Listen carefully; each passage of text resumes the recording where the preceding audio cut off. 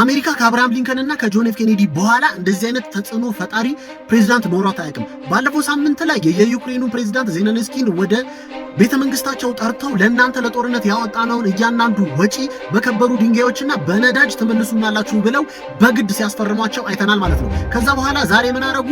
ካናዳ ላይና ሜክሲኮ ላይ 25% ታሪፍ ጭነዋል። ወደኛ የምትልኩትን ዕቃ እንዳለ ተገቢውን ታክስና ግብር ካልከፈላችሁ በቀር ሀገራችን ላይ መታችሁ በነፃ ማትረፍ አትችሉም፣ እናንተ የሚጠበቅባችሁን 25% ታሪፍ ክፈሉን ብለው ማስጠንቀቂያ ሰጥተዋል።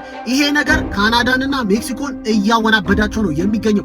የሚሰሩትን አሳጥቷቸዋል። ካናዳ ተናዳ በምላሹ ለኒውዮርክና ለሚኒሶታ ሲሰጡ የነበረውን የመብራት አቅርቦት እናቋርጣለን ብለዋል። ባይዘዊ ካናዳ ነች ለኒውዮርክና ለሚኒሶታ አብዛኛውን ፓወር ሰፕላይ የምትሰጠው። እሱን እንቆርጣለን። በተጨማሪም ደግሞ ካናዳ 25% ታሪፍ መልሳ አሜሪካ ላይ ጭናለች። ይሄ ነገር የሁለቱም ህዝቦች ላይ ጫና ነው የሚፈጥረው፣ ከባድ ጫና ይፈጥራል። ዶናልድ ትራምፕ ግን መስሚያ የሌላቸው እጅግ በጣም ሲሪየስ መሪ መሆናቸውን እያሳዩ ይገኛሉ።